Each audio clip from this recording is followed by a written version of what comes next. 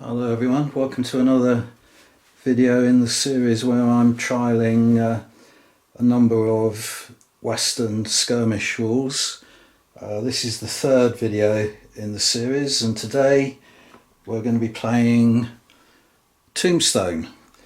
Now I'm not going to sort of comment too much on these rules as before in previous videos.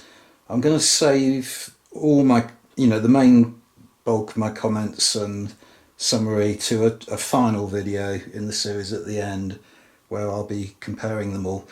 But obviously there are certain things I have to tell you.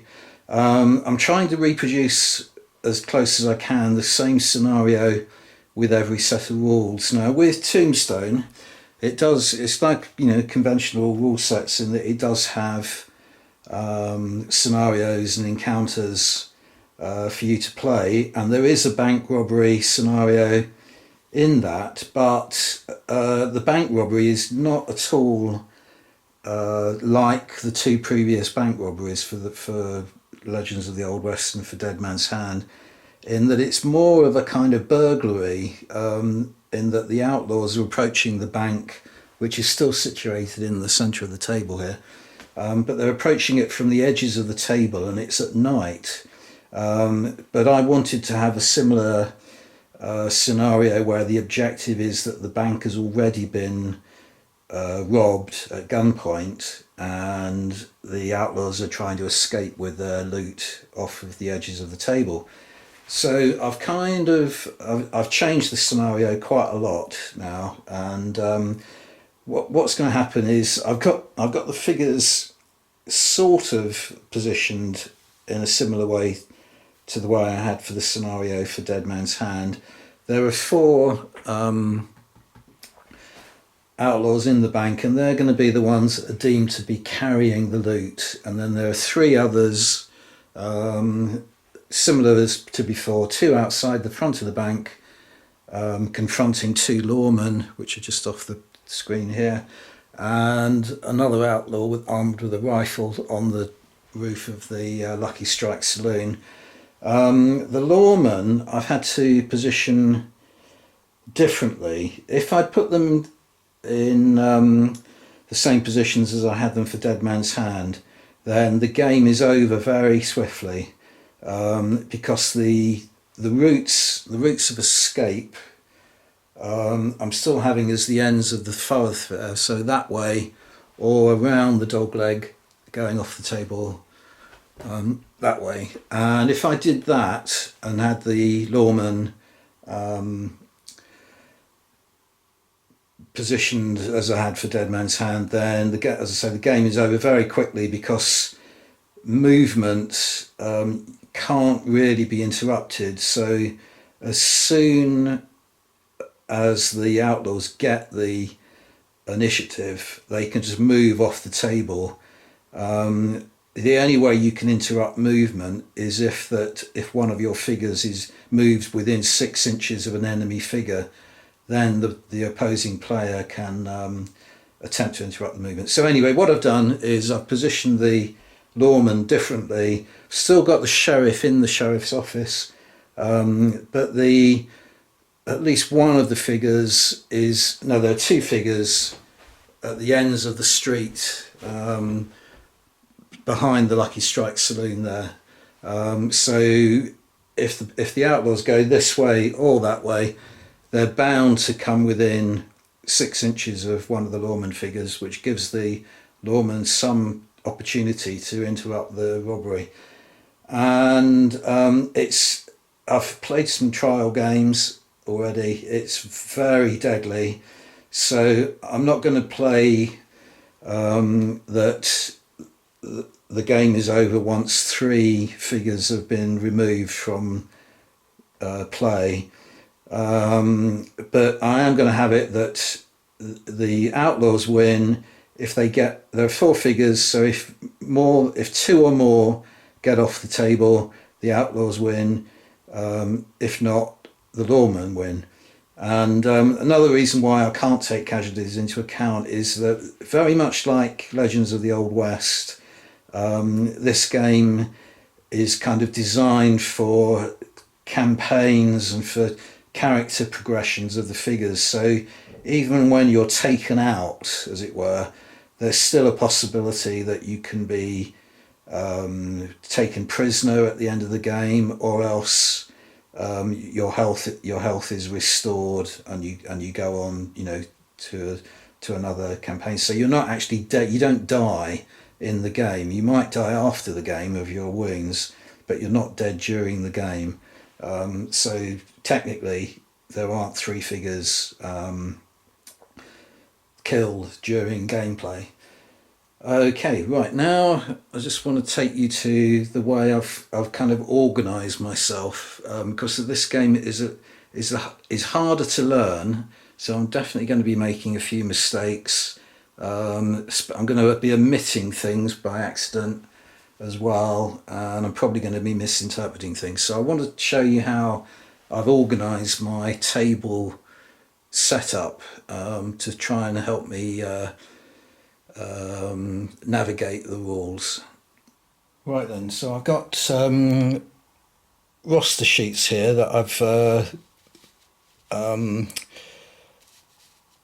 printed out onto using Word. So I basically made these tables myself, and again I've got 7 figures per side. Interestingly though, with the weapons and so on that the various figures are armed with, the outlaws actually had the expenditure on them was about $30 or $40 more than the lawmen. So I've given the lawmen some additional attributes and skills to bump them up. So now the outlaws' worth for the entire posse is $402, and the lawman is $406, and that's close enough. And similar to Legends of the Old West, there are various attributes I'll go into as the game progresses. But with those, you don't have a value that you have to beat on a d6. The attributes are all different levels of dice. So you're playing with everything from d4s up to possibly d20s. And depending on advantages and disadvantages in the particular situation, you're bumped up levels or down levels, and you can also be given bonus dice to roll. So that's the way. You don't have table modifiers, but there are a lot of tables that you have to refer to. I mean, I commented on the Legends of the Old West that it was a little bit old-fashioned. Tombstone is a much more recent game. I think it was 2017 it was written, but they actually have a couple of tables that you have to keep referring to. So I've photocopied those, and I've got those ready for referral. So this side of the screen is going to be the outlaws, and that side's the lawmen. And down the bottom here, you can see this action points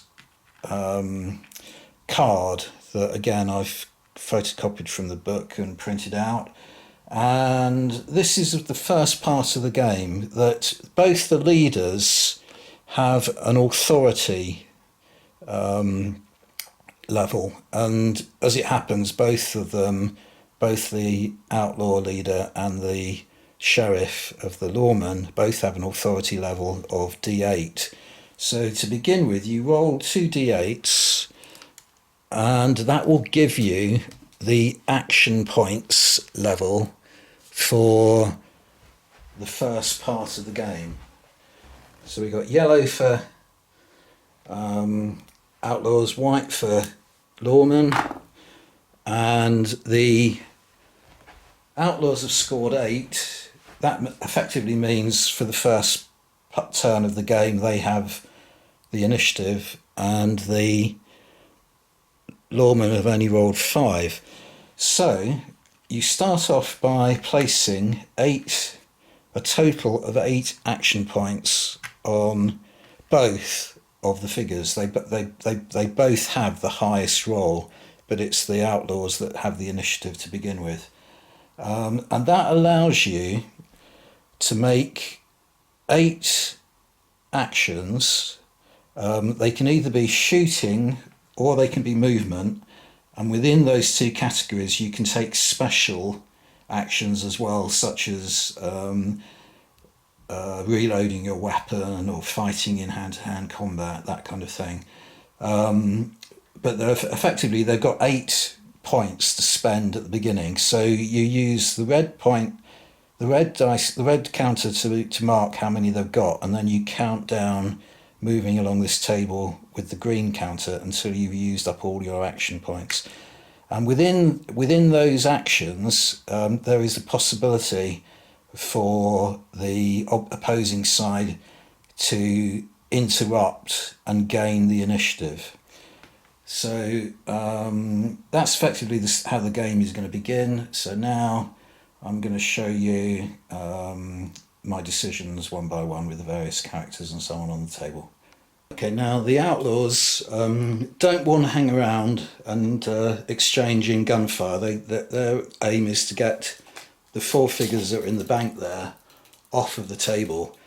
So movement, as I said earlier, can't actually be interrupted by the opposing player until a figure gets within 6 inches of an opposing player. Shooting, on the other hand, can be interrupted if a shot misses, and at the end of this action phase, as it were, if you're shooting, if you've chosen to shoot, then the initiative automatically passes to the opposing player. So in order to retain the initiative and to get them off the table as fast as possible, I am going to spend the entire 8 action points on moving those 4 figures as far as I can. Now normally you can only spend 1 point on each figure, so that would only be 4 points. But if you sprint, that takes up 2 action points. So I'm going to get all 4 figures to sprint, and you have a normal movement allowance of 5 inches. Sprinting allows you to roll on their dexterity characteristic, and they all have, just have a quick look again, yeah, they all have dexterity of d6, so each one of them is going to move 5 inches plus d6, and that will spend the entire 8 action points. Right, there we are then. So the 4 outlaws have all emerged from the bank. They all move different distances because of the dice rolls that they made, but the one that got the furthest was the outlaw leader, who is that far. And you'll notice, or maybe you won't, but I'll point out at this stage that it's very important to face the figures in the direction where threats might be coming from, because they only have a 180 degree arc of view. They don't have a 360 degree arc of view. So if something happens behind them, they're at a disadvantage in terms of their reaction abilities to. So for instance, if they're shot at from behind, they are less able to react to the shot than if someone was firing at them from the front. So now, because they have finished spending their action points for this phase, but the lawmen weren't able to gain the initiative, they still have the initiative for the next phase. So what that means is that they go down from 8 to 7. So they now have 7 actions that they can do. So you'll notice that the lawman, that hasn't moved at all at the moment. So the outlaws now continue to have the initiative, and they have to make their mind up now what they're going to do with the next 7 action points. Okay, so there are 7 action points and 7 figures in total. So I'm going to move each figure their standard move distance of 5 inches, and move them all in this direction here, so that everyone is trying to emerge off the table along this street here, but taking care that I don't come within 6 inches of any opposing model so they can't interrupt that movement. So the first thing I'm going to do is move this guy just 3 or 4 inches so that he is looking down on these two lawmen here, but he's still not within 6 inches of that nearest guy. The other 6 figures I'll move off camera and show you the result. Right, there we are then. So moved all 7 figures now, and I am taking care, as I say, not to move within 6 inches of an opposing player, but also taking care to keep them facing towards the most obvious threats, so that they're not disadvantaged by being shot in the back or anything like that.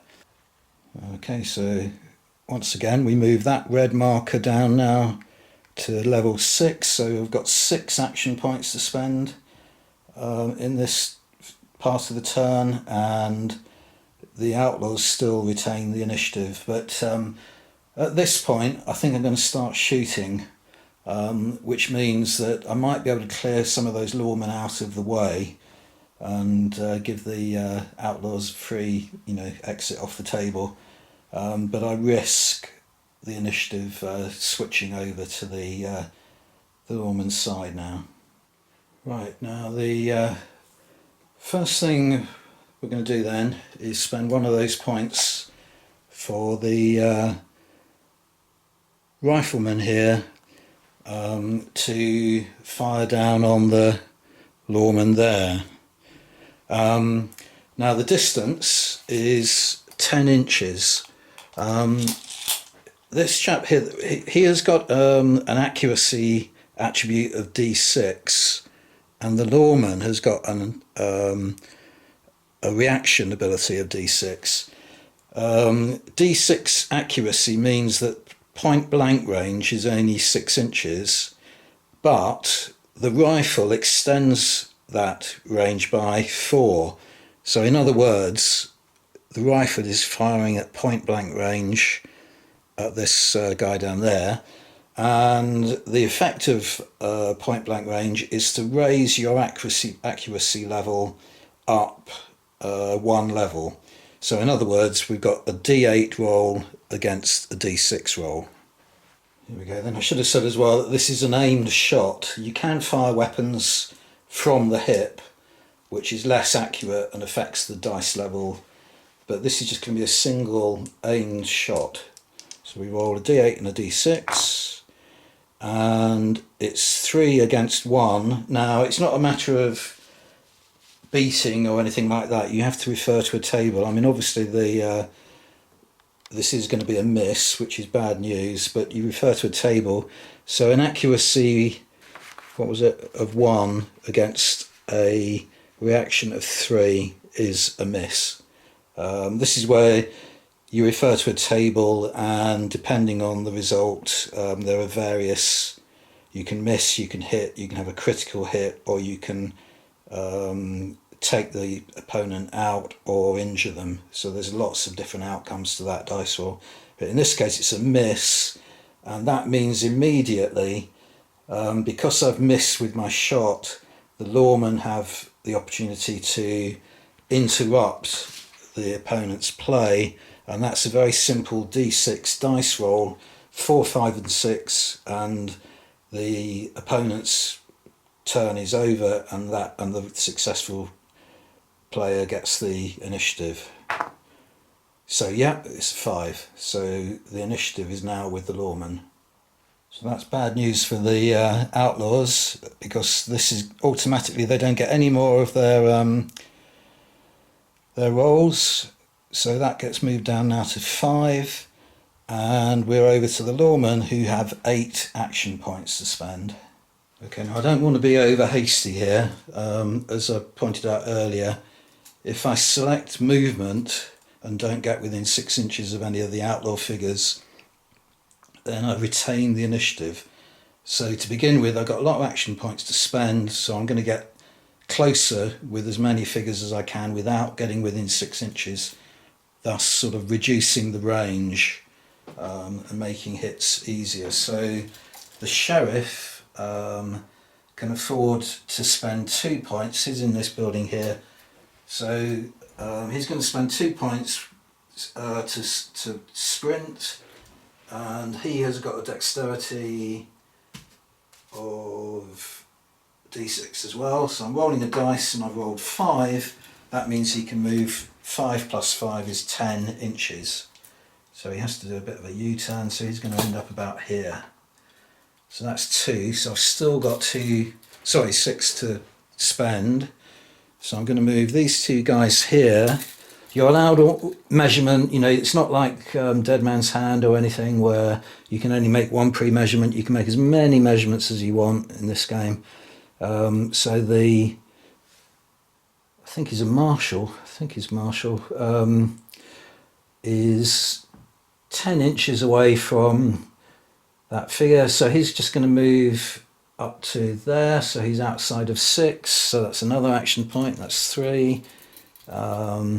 Same thing here, that guy's just going to move a tiny bit to get that far, and there's another chap over the other side. Yeah, he's not a marshal, he's a deputy. He was a marshal in the last game. So I've got a sheriff, 2 deputies, and the rest of them are lawmen. So there's another deputy over the other side who I'm going to move a little bit closer to the opposing figures. Right, here we are then. It's this chap here. So he is 11 inches from the nearest opposing figure, so I can afford to make his normal movement of 5 inches, and he's still outside of 6 inches of that guy. And at that point I am going to, oh actually I might be able to, I'll be able to move this chap off camera, you can't see. I'm just moving a little bit further along the railing, and then I've still got excess points that I'm going to choose not to spend, but end that part of the turn at this point. So I'm going to move that down to there on the lawman's chart, and they retain the initiative, so now they've got 7 action points to spend. So at this stage I'm going to start firing some weapons. Okay, so I have to be as careful as I can not to miss with any of my shots, so I'm going to take the easiest shots, or the most likely to be successful first. And this deputy here has a number of added characteristics. He's a ranger, which means his range is extended, so he is easily within short range of this chap here now. So that means his accuracy dice goes up a level.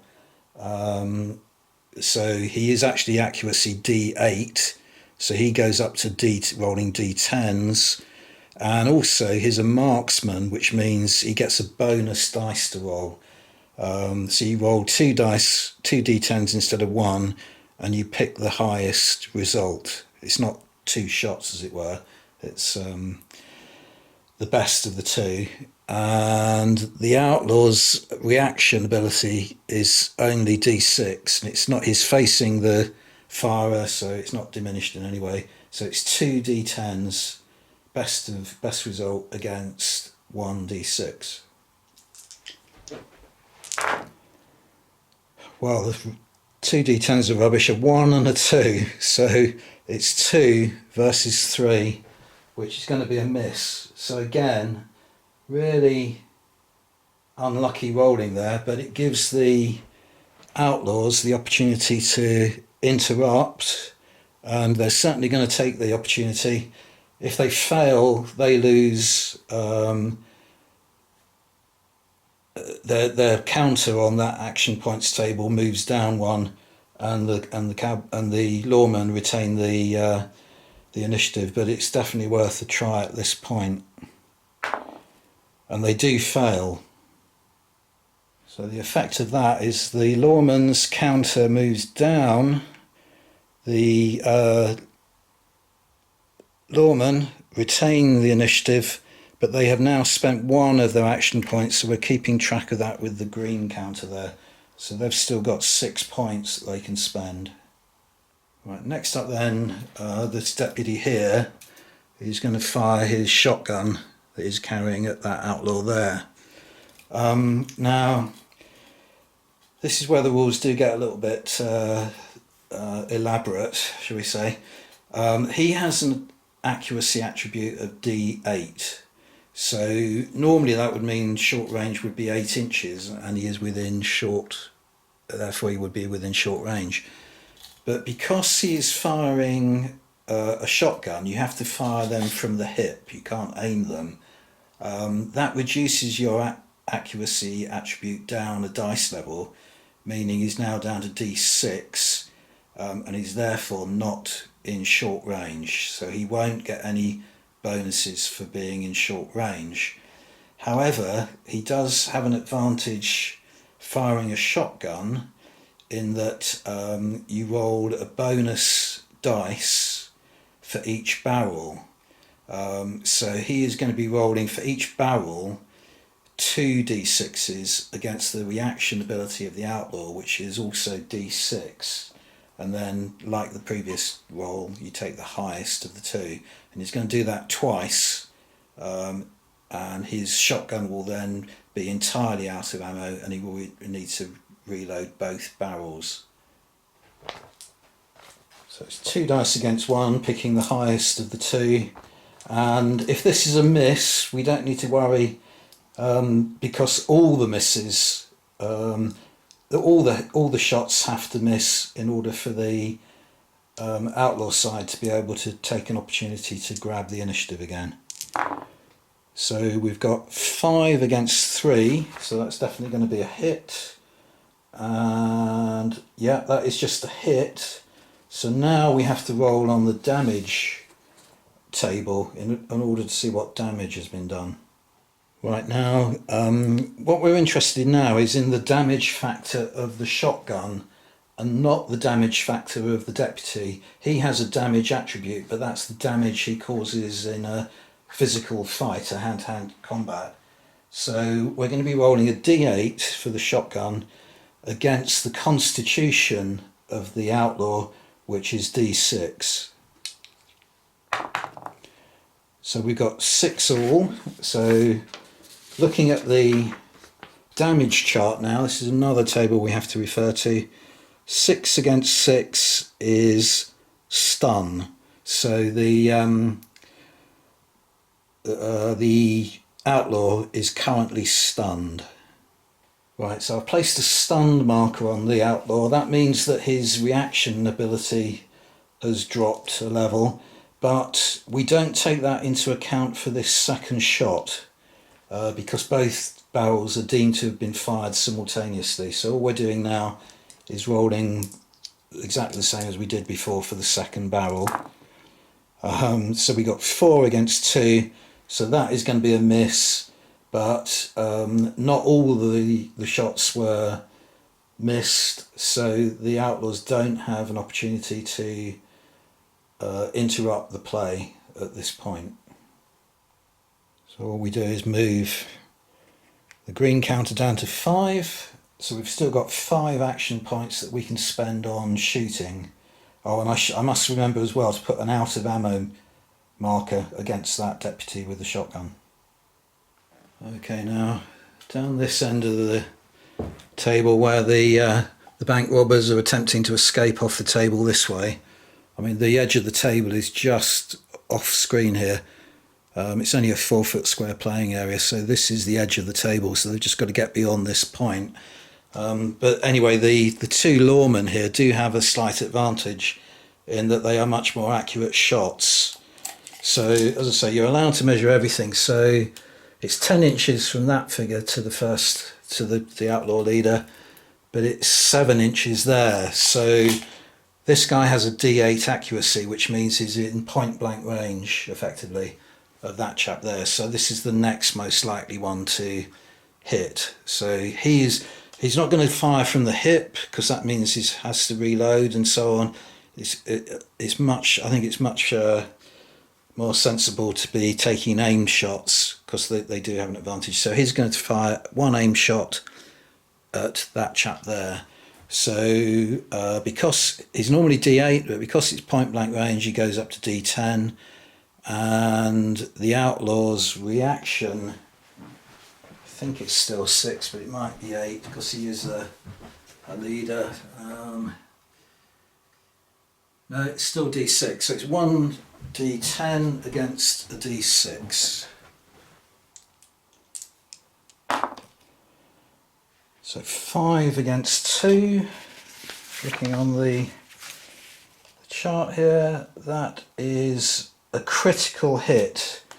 Now, critical hit means you roll an additional damage bonus die on the damage chart. So we have to look up the chap's constitution, and the damage factor of a 6-shooter is a D6. So I'm rolling 2 D6 against whatever the constitution of the outlaw is. So he has fairly strong constitution, is D8. So it's 2 D6s taking the highest against the D8. And the D8 has scored 6. So the highest is 3. So the damage roll of 3 against the constitution of 6 is no effect. Pretty obvious that was going to be the case. So it's not a miss, it's just no effect to the hit. Okay, next up then, this chap here is going to fire at the outlaw, and he has again D8 accuracy attribute. You'll notice as well that the ranges are a lot longer in this game than the 2 previous ones. So long range is over 20 inches, but you can still effectively fire, I believe, right the way across the table. But anything over 20 inches is long range. So anyway, we're rolling a D8 against a reaction of D6. Oh, and it's 6 against 4, so that's definitely a miss. So again, we're going to try and grab the initiative. And it's a 1, so we fail again. So on the action points table, that means the outlaws, because they failed in their chance to intervene, they lose another total action point tally there.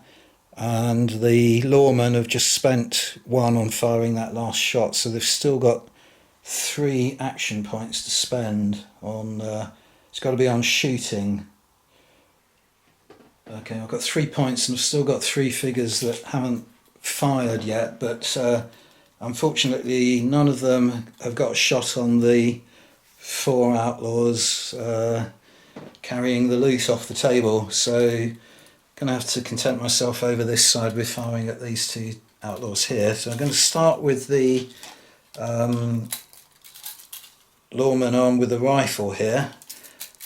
So he is 22 inches from his target there. Now over 20 is long range normally, but he's carrying a rifle which gives him a 4-inch extension, so he's still within long range. So it's not point blank range obviously, but neither is it long range. So he has accuracy of D8, and we know from previous experience that the outlaws are D6 reaction. So 8 against 6, that is a hit, and the constitution of that particular outlaw is only D6, whereas the rifle has a damage dice of D10, so it's D10 against D6. 1 all, I think that's a stun. Yeah, it's a stun. Okay, so I'm having to remember to put markers on all these things. I'm thinking of keeping up with it. The one I did forget was the rifleman on the roof earlier, because if you fire a single shot, you're down to half ammo with a with a rifle, so both the riflemen have now got half ammo tokens on them, and I put a stunned marker, I think you can see that on that outlaw, and we're now on to the next shooting. So I think this next one is likely to be the most likely hit. So this is within 8 inches, so it's point blank range. I'll shoot at him again. Okay, so the firer has got normal accuracy of D8, but it's point blank, so he goes up to D10, whereas the target has got a reaction of D6, but he's stunned, so he goes down to a reaction of D4. So I'm going to have to roll a D8 and divide it by 2. I haven't actually got any, well, I haven't got enough D4 markers, dice. So 6 goes down to 3, and so it's 9 versus 3. This is going to be pretty damaging. That's an injury, so no roll on the damage chart. It's straightforward automatic injury. There's another table in the book. It's not worth photocopying it, but tells you what to do about sort of, you know, one type of injury on top of another. So if you sustain an injury on top of a stunned marker, then all you do is take the stunned off and replace it with an injured marker. If it was an injured on top of an injured, then he would be taken out. But so at the moment he's injured, which means all of his abilities now are reduced by 1 level. So things like dexterity is reduced, and constitution is reduced, as well as his reaction and accuracy abilities. So we might as well see if we can take him out with final shot coming from the sheriff. Get another injury on him, and then he is taken out, and the range is 12 inches. Now that means, because the sheriff also has the ranger ability, his ranges are extended by 4, and he's got a accuracy of D8, so it will be 8 inches normally for point blank range. That's extended by 4. That means he is within point blank range as a ranger. So he goes up from D8 to D10, and he goes down from being injured from D6 reaction to D4. So it's another D10 versus D4. Again, I'm going to halve a D8 for the D4. So it's 4 against 2, which is a miss. There's no point in attempting to interrupt at this stage, because at the end of a shooting phase, the initiative automatically passes to the opponent, and this is the end of the shooting phase. So the lawmen have just spent their last action point. That means this now goes down to 6, and we've now given the initiative to the outlaws, who have 3 action points to spend. That's diminished quite a lot because of all their failed attempts to interrupt. So they only have 3 action points to spend. Okay, now what I'm going to do is move 3 of these outlaws closer to the exit point. So I'm going to start with these 2 chaps here.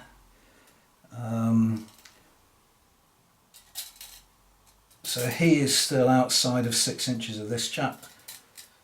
The stunned doesn't affect his movement, his dexterity or anything like that, so he can move. But now this chap here, the 3rd chap, actually, can I do... Yeah, if I do this chap, I'll just move him just outside of 6 inches of the opponent. Then that's all my 3 action points used up, but I don't lose the initiative. So I move that total action point down to 2, and then they can have another turn with 2 action phases. 2 action points I meant to say. So now they can move 2 figures. Doesn't really matter. Whichever 2 I move, the first of them is going to end up within 6 inches of this chap.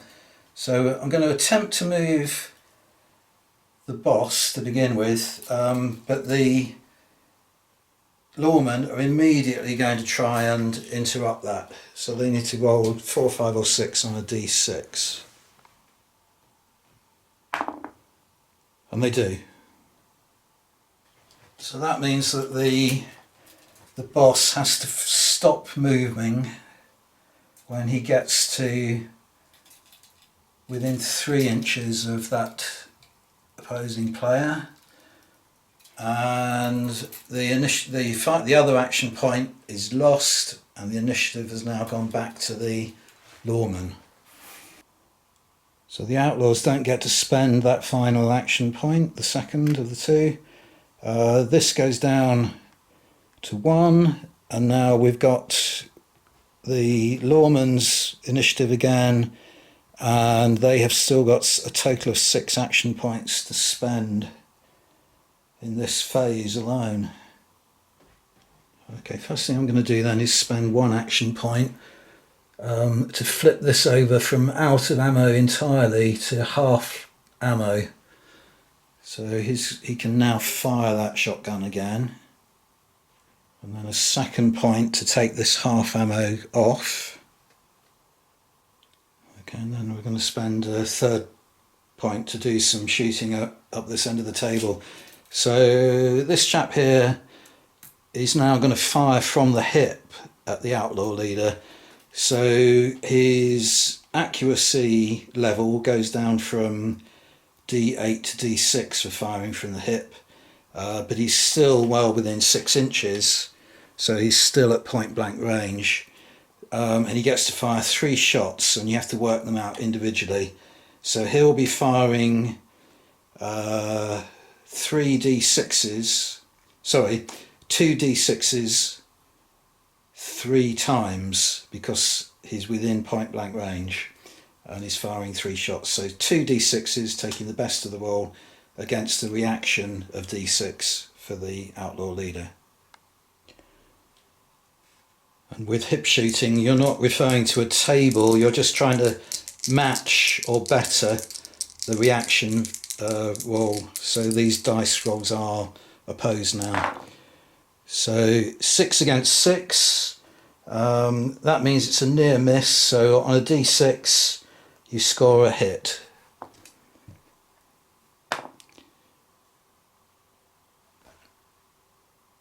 Sorry, on a roll of 6 on a d6 you score a hit, so that's a miss. So second shot, 4 against 5, that's a miss. Third shot, I've got to hit with this one, otherwise the outlaws will be able to interrupt the flow of play. 5 against 2, yeah, so that is a hit, so we roll on the damage table. We know the outlaw has a constitution of D8 and the pistol has a damage factor of D6. So it's 1 against 5, so that's going to be no effect. Still a hit though, so the lawman can continue shooting. Now this lawman is going to attempt to shoot at the outlaw leader. So he's just going to take an aim shot, so he's within 8 inches. So he's normally an accuracy of D8. That means at point blank range he goes up to D10, so it's D10 against the reaction of D6. 7 against 1, that's going to be pretty nasty. That is automatic injury on the outlaw leader. So we put an injured marker on him, and now there's only 2 more points to spend, and again none of the outlaws who are trying to flee the table are in line of sight of the lawman, so we're going to have to go around to the front of the bank and do some shooting up there. That's the first of the omissions that I've noticed, that the I'll let it stand now, that result of the injured marker on the outlaw leader. I don't want to kind of re-roll it all again, but he has got a quality called tough as nails, which means you're supposed to roll 2 dice, a bonus dice for his constitution, and take the better of the 2. But I can't remember what exactly the roll was now, but it was quite a good roll for the lawman, so it probably would have beaten both dice rolls anyway. So we'll let that stand now.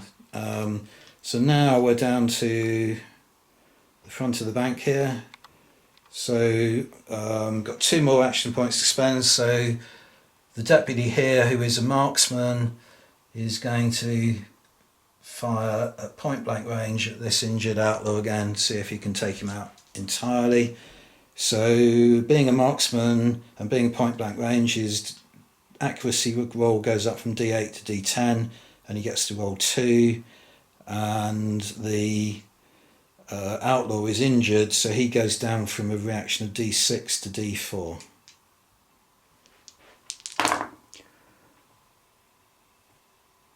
So it's 6 divided by 2 is 3, so 3 all is nothing, I think. Hang on. Go to the chart again. Oh no, it is a hit. Yeah, it is a hit. 3 against 3. Hit, yeah. Yeah, so we have to roll on the damage table. So the guy is injured, so his constitution has gone down from D6 to D4, and the pistol has a damage of D6. So that's 1 down, that will go down to 1, so it's 5 against 1. So that is another injury, which means that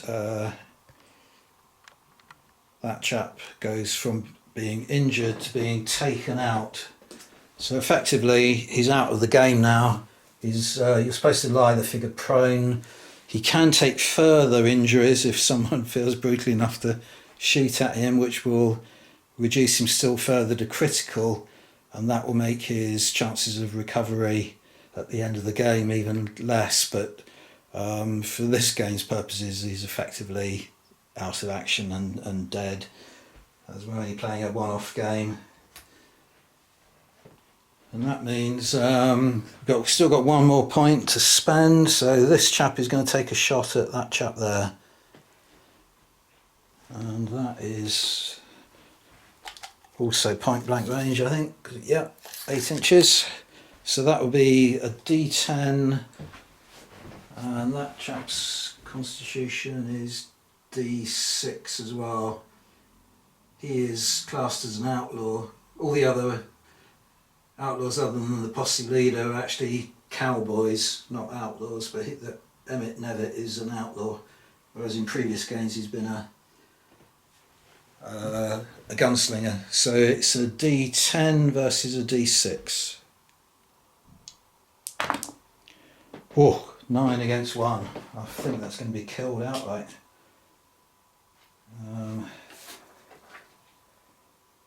Oh no, just an injury. If it had been 10 against 1, it would have been taken out completely. So he is just injured. Okay, so that's the last of the lawman's action points spent. So this gets moved down to 5. Because it was a shooting phase, the initiative now passes automatically to the outlaws, and they only have 1 action point to spend now. So we'll have to try and work out how to spend that wisely. Okay, so this is the edge of the table here, represented by the tape measure. And I've only got 1 point to spend, and he has got a movement factor of 5 inches, which won't quite get him over the table. And it will also, he's already within 6 inches of this guy, but he will come within 6 inches of this guy.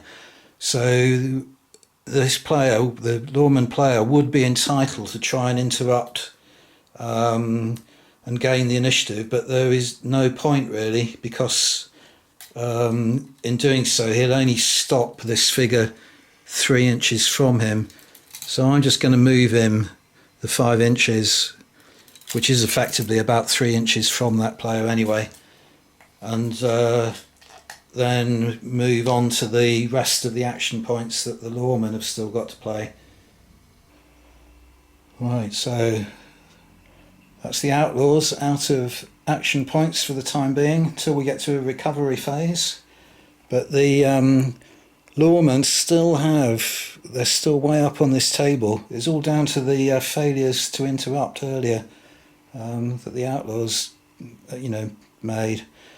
So we've got 5 action points to spend on a turn with the lawmen. Right, I thought I'd give you a bit of an overhead shot here now to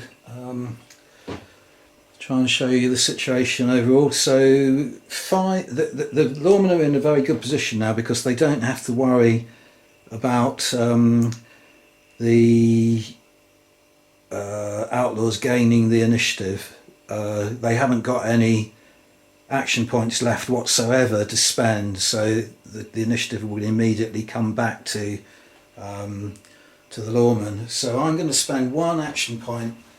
This is going to be a movement action phase, but you're allowed to make special actions within that. So I've reloaded that shotgun entirely now, and then the other 2 characters here, this guy's taken out, but this one is just injured, and normally I would have to worry about coming within 6 inches of him. I suppose he could interrupt one of those moves just to try and stop the other one happening, so we'll play it that way to give them a bit of a... so this guy's going to try and spend 2 points to sprint past him, and he is going to roll a d6 to see if he interrupts it. I won't zoom in on the dice tray. You may be able to see the roll here anyway. So does the outlaw successfully interrupt? No, he doesn't. So the lawman rolls a d6 and moves 5 inches plus d6. So he moves 7 inches.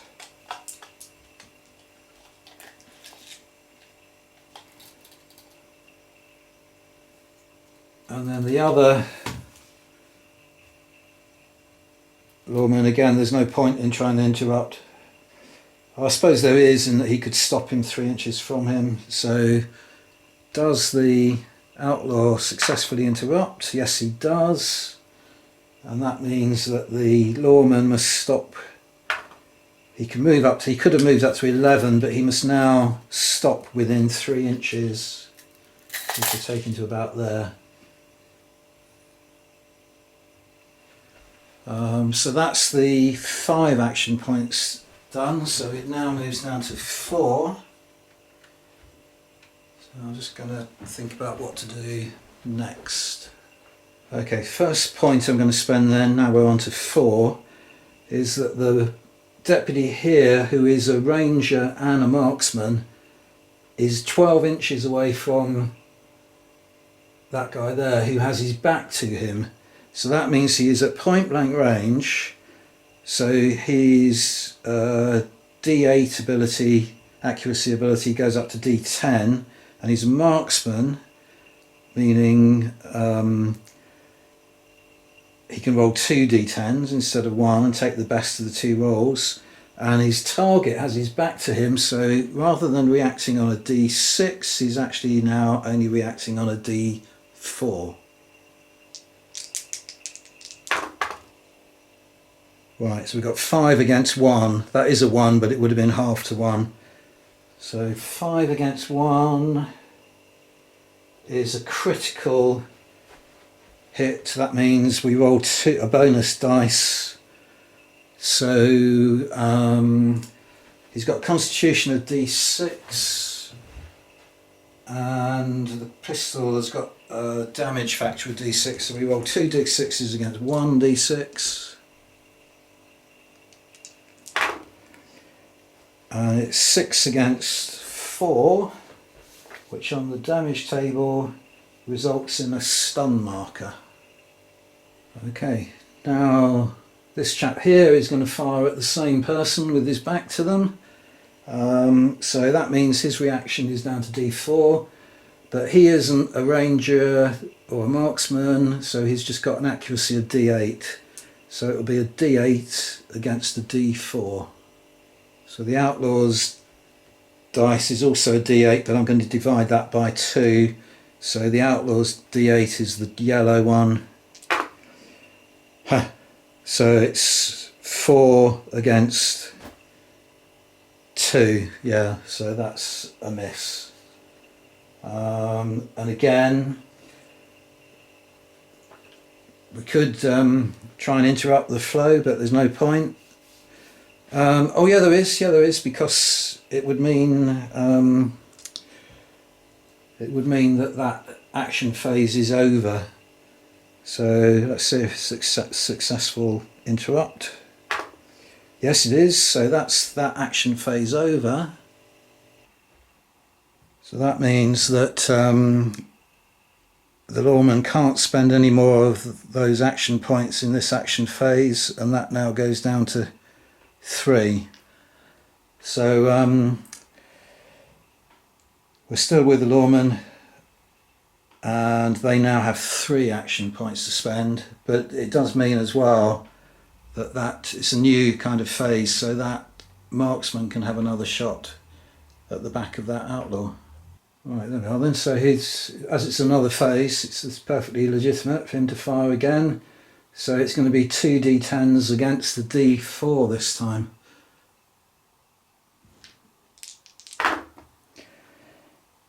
Five against 3 is a hit. So, oh no, yeah, no, I think we've done this right. So, stunned only affects his reaction and his accuracy. So his constitution is actually still D6. I might have done that wrong before. So he's got a constitution of D6, and the pistol has a damage factor of D6. Trying to think why. Oh, because it was a critical hit before, wasn't it? Yeah. So it's white for the lawman. 1 against 4, so that's going to be no effect. So again, this chap here is going to try and shoot at the stunned chap. Shoot him in the back. Yeah, this will be against the D4 because he goes down a level for being fired at in the back, which I didn't do with the marksman, but having made an omission in the lawman's favour earlier on, I think we'll allow him to get away with that. So this is a D8 versus a D4, and again the lawman is white. 7 against 4 is a critical hit, so that's 2 D6s against a constitution of D6.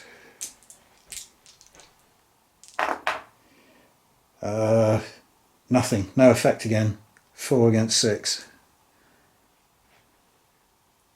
And then with the final point of this phase, this lawman here is allowed to turn before he shoots. I think he was probably in arc anyway, and have an attempt to take out the outlaw leader before he gets off the table. So he's normally D8, but it's point blank range, so that goes up to D10. And his reaction of D6, but he's injured, so that goes down to D4. And I think basically his arc of vision is 180 degrees, so he isn't being shot in the back. I know it might look a little bit like that from above, but we won't penalise him anymore for that. And anyway, you can't be taken down below D4 anyway, so It's irrelevant. Right, so the d4 as always is the yellow d8 halved.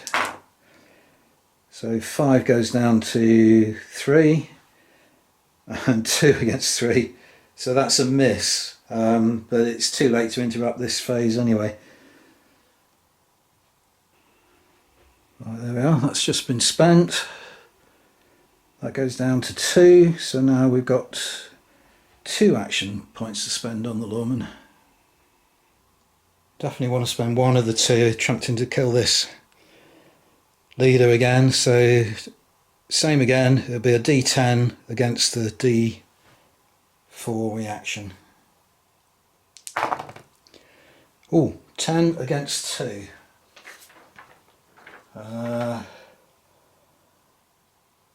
Pretty sure I know what the result of this is going to be. Yeah, it's an injury. So an injury on an injury is taken out, which means the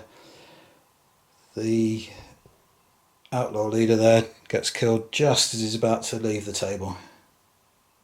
And with the second point, the marksman again is going to have another go at trying to shoot that chap in the back, so we know that's 2 d10s against the d4.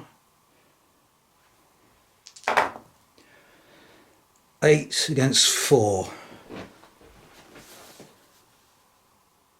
That is a critical hit, so that means 2 bonus dice on the damage table. So it's best of 2 dice against 1d6 because he's only stunned, so his constitution isn't impaired at the moment. So 5 against 6, so no effect. And that is the end of that phase. So now we're down, I'm just moving the red counter down one more. So there's one more phase now with the cowboys just having, sorry, the lawman just having 1 action point. So we're just going to repeat that last play again then and have the marksman shoot at the outlaw in the back. So it's 2 d10s against a d4. 5 against 1. Which is a critical hit. So this is working out the same as before. So 2 d6s against 1 d6. 5 against 4. It's a little bit more promising. 5 against 4 is a stun. And I have to look this up, I think.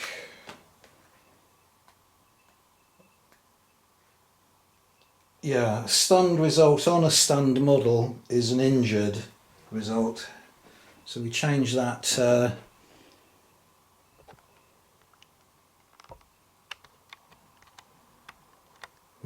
marker over to injured now, which is a pity for the outlaws because it's now the recovery phase and you can attempt to remove stun markers in the recovery phase, but you can't remove injured tokens.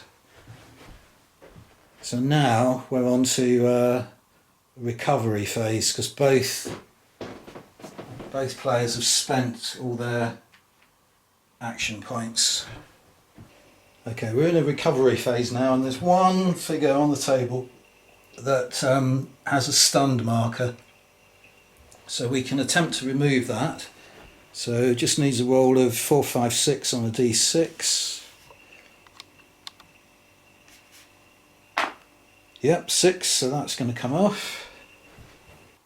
Okay, now we're rolling the authority dice again for the 2 leaders. Only problem being that the outlaw leader is now effectively dead. So what you do is you take the player with the highest worth, which is the amount of money you've spent on his equipment and his abilities and so on. And that happens to be Emmett Nevitt, the outlaw. And you reduce whatever the authority of the leader was, you go down a dice level. So the outlaw's leader's authority had been d8, so we're now down to d6. Not that it matters that much. So we're rolling a d8 versus a d6, but this is just to determine the maximum number of action points that we're going to be able to play. It's still the case that the inactive player in the last turn now becomes the active player in the first turn of this new turn, first phase of this new turn. So the outlaws are going to have the initiative first of all, be the active player regardless of what they roll. So as it happens, they did roll higher, they rolled a 5. So that means we put both charts onto a 5 and we start off with the outlaws' turn. Right, the game kind of really pivots now around, there are 3 outlaws still carrying loot. Only 2 of them need to get off the table for the outlaws to win the game. So I'm going to concentrate on them just trying to barge their way past, really, run past these 2 lawmen here. Now I've just read in the rules that only once you come in within 6-inch radius of an enemy figure, then they can attempt to interrupt, but only one figure can attempt to interrupt. So for instance, if that figure there moved to about there, only one of them, you wouldn't be able to roll twice for each figure, only one could roll to try and interrupt the game. So I've got 5 points to spend, so I'm going to spend 2 points to begin with on this figure sprinting to get off the table. Okay, so he has a dexterity of d6, which means he can move 5 inches plus the number of inches he rolls on a d6. I'm going to call that a 5. It's not really cocked. Okay, so he can move 10 inches, which will bring him easily within 6 inches of those characters. So do they, on a 4, 5 or 6, they can interrupt the action? No, it's only a 1. That means that the red counter on their action card sheet, action points sheet, whatever it's called, has gone down by 1. And this character can now move 11 inches, which does actually take him just off the edge of the table. So that's 1 outlaw off the table. Okay, now we're going to do the same thing with that far outlaw there. Not the injured one, but the one that's not injured. So he can move 5 inches plus a d6, which again is 11 inches. And do the lawmen successfully interrupt? Oop, do it in the tray. Yes, they do. So 11 inches would have taken him to about there, but he has to stop. Yeah, that is about 3 inches. I'm going to say about there. It's about equidistantly 3 inches from each of those 2 lawmen. And that means that's now the end of... They did manage to spend 4 of their 5 points, but the initiative now goes over to the lawmen. Okay, I just need to stay calm at this point, because if I spend my 4 points on movement and don't get within 6 inches of any of the outlaws, then I can, when they go down to 3, I can then spend that on shooting. And after that, the turn will go back to the outlaws. So I am going to spend, 4 points on moving. Where are they all? 1, 2, 3, 4, 5, 6. Yeah.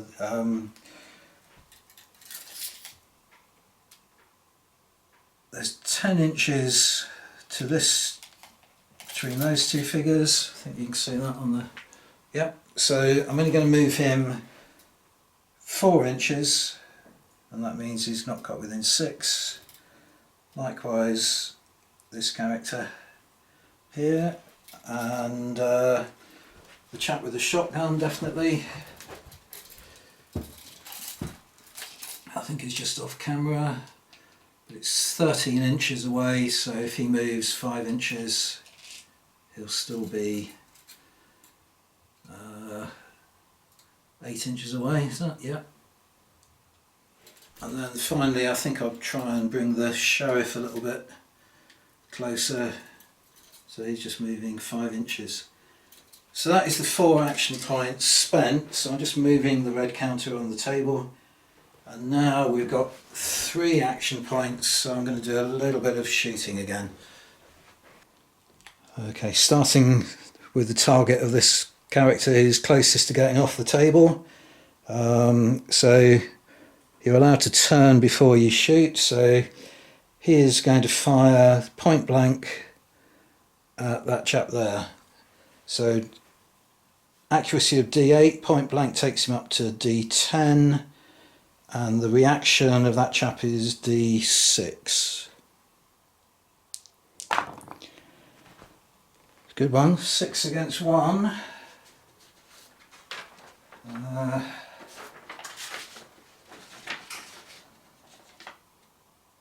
That is an injury, automatic injury. So we put injured marker on him, and then we spend another point. This chap here is going to do the same thing. So again, it's D8 goes up to D10 because it's point blank, and he is now injured, so he goes down from a reaction of D6 to D4. Huh. 1 against 4, so that is a miss. Yeah,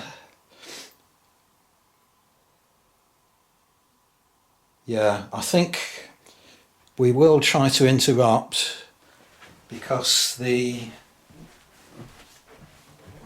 lawmen still have 1 shot, and he takes 1 hit to make it very close to the lawman winning the game. So the outlaws are going to try and interrupt, and they fail. Oh no. So their score, their red counter is going to go down 1, and the lawmen can continue with their shooting. Okay, so for the final point in this, final action point in this phase then, the marksman, the deputy is a marksman, is going to shoot that chap from behind. So he gets D10 for it being point blank range, but he gets a bonus dice for being marksman, and his reaction ability goes down from D6 to D4.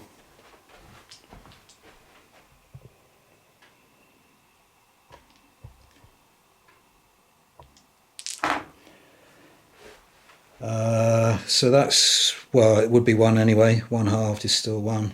4 against 1 is a critical hit. So because he's injured, his constitution is now down to 4, D4, and the damage of the pistol is D6, so because it's critical we get to roll 2 and take the highest of the 2. So that 5 is halved, so that goes down to 3, so it's 5 against 3. On the damage table is stunned, but I think stunned on top of an injury is taken out. Again, I just have to refer to the book, the rule book. Stun result on an injured model taken out, yeah.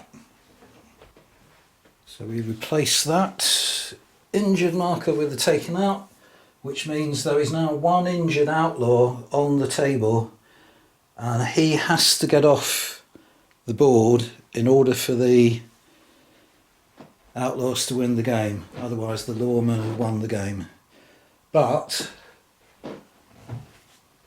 because that was a shooting phase, the initiative does, the active player does become the outlaws again, so it might be able to do something now. Yeah, this was very finely balanced, but I think it's going to be an outlaw win, definitely, because now that he's within 6 inches of both of those lawmen, they no longer have an opportunity to interrupt the movement phase. So as long as he, as long as he keeps moving, he's not going to come into contact into 6-inch radius of any other figure.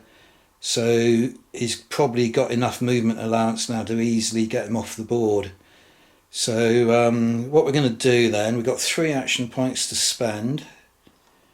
So I'm going to spend one of them, not that it's necessary, on reloading the rifle of the outlaw on the roof, which is a special action, and then the other 2 on that injured character attempting to sprint off the table.